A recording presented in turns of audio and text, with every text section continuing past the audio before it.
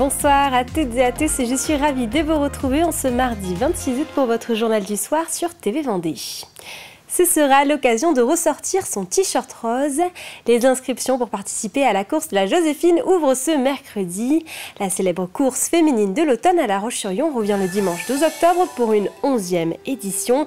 Le programme reste le même, 5 km de marche ou de course selon la forme dans les rues de La Roche-sur-Yon.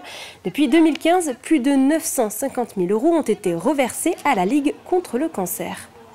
Dès qu'on a lancé la date sur les réseaux sociaux, tout de suite, en retour, il y avait beaucoup de messages d'amis qui se donnaient rendez-vous. Ça y est, enfin, la date est posée. Et puis aussi, pour beaucoup de femmes, c'est aussi l'occasion de marcher ou de courir pendant 5 km. 5 km, c'est pas donné à tout le monde. Donc c'est quelques entraînements auparavant, c'est quelques rendez-vous entre amis et c'est un objectif qu'on se fixe et ça fait du bien. On ne cherche pas à faire un exploit sportif, mais à pratiquer une activité physique et c'est aussi ce message que transmet la Joséphine.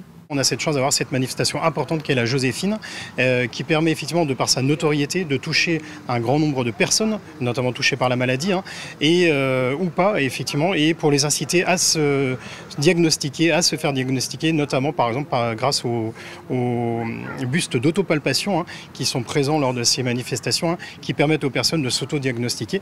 Donc c'est effectivement un événement important, et puis bien sûr qui permet aussi de récolter financièrement un certain nombre de fonds, puisque la Ligue contre le cancer ne vit que grâce aux dons. 800 €, c'est la somme que les étudiants devront dépenser en moyenne en plus par rapport à l'année dernière, selon l'Union nationale des étudiants de France. Un budget conséquent qui précarise toujours un peu plus cette population. En Vendée, les Emmaüs de Véret et des Essarts ont alors décidé de faire une remise de 50% sur leurs produits, des vêtements à l'électroménager en passant par les livres. Une offre valable jusqu'au 15 novembre sur les jours d'ouverture de l'établissement. Un reportage de Louise Ménory et de Florian Wozniak.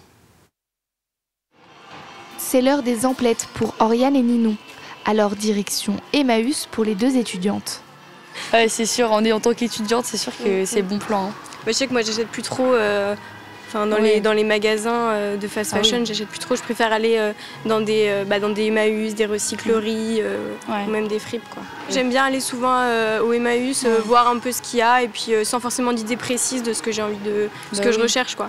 Des vêtements, des livres ou encore des meubles, de quoi bien s'équiper pour la rentrée.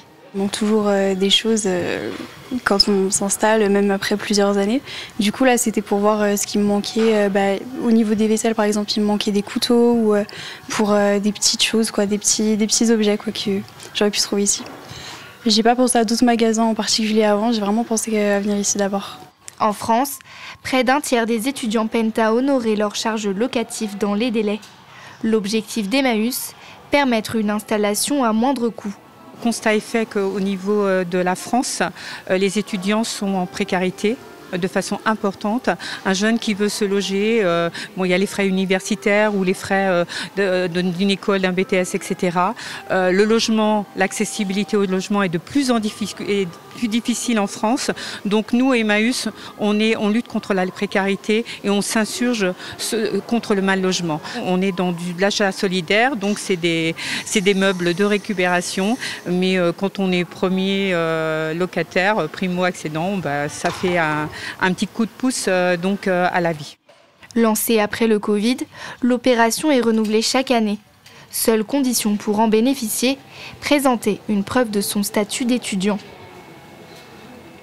Dans le reste de l'actualité, ce week-end était marqué par la 20e édition des traditions salertainoises à Salertaine. Une plongée dans un savoir-faire ancestral au rythme d'un défilé maraîchin, d'un battage à l'ancienne ou encore d'une dégustation de gaufres maraîchines. L'association Terre de Salertaine, créée en 1999, compte sur ses membres pour transmettre cette culture aux plus jeunes.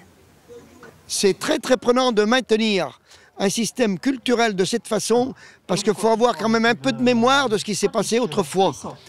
C'est pas évident on est prêt à incorporer des jeunes dans l'association pour certaines choses, mais pour entretenir du matériel qui date de 1950 ou voire avant, eh bien il faut quand même de certaines connaissances, et ça demande beaucoup d'heures d'entretien. Le jour où ça marche, c'est bien, mais il y a des fois où ça tombe en panne. Même pendant l'été, les équipes du Zoo des Sables sont mobilisées. L'établissement s'occupe depuis quelques mois de plusieurs nouveaux pensionnaires. Un petit singe, un tamarin lion doré et un gros rongeur, un capybara. 2 espèces qui ont rejoint ou qui seront rejointes par des femelles en espérant peut-être de futures naissances.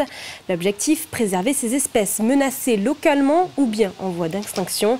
Jeanne Bell a rencontré ceux qui prennent soin au quotidien de ces animaux.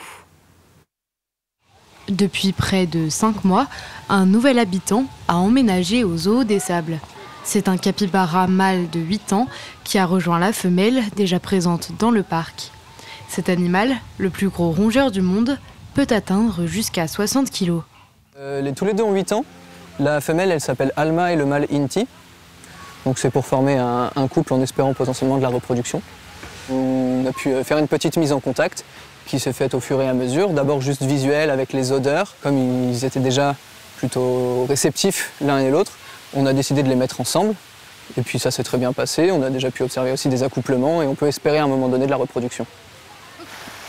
Dans la nature, c'est des animaux très sociaux qui vont évoluer beaucoup en couple. Donc là, on a aussi voulu retrouver un peu cet esprit avec le couple et ils évoluent avec leur portée. Donc c'est généralement des portées de 4 à 6 petits qui surviennent après 5 mois de gestation. Le Zoo des Sables prend à cœur la réintroduction des espèces dans leur milieu naturel. Coordinatrice européenne pour les haras de Buffon, Sandrine Silol cherche à comprendre la génétique de l'espèce de façon à garder un pool d'individus réintroductibles. Il y a une chose qui est très importante, c'est que l'haras de Buffon est en danger critique d'extinction. Le Zoo des Sables subventionne des projets de conservation de l'haras de Buffon.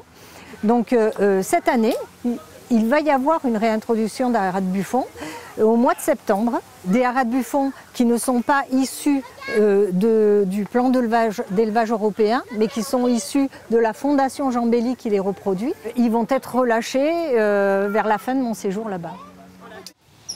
Comme eux, ce tamarin lion doré est en voie critique d'extinction.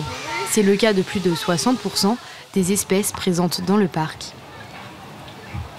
Et c'est la fin de ce journal. Merci de l'avoir suivi. Je vous souhaite une très belle soirée.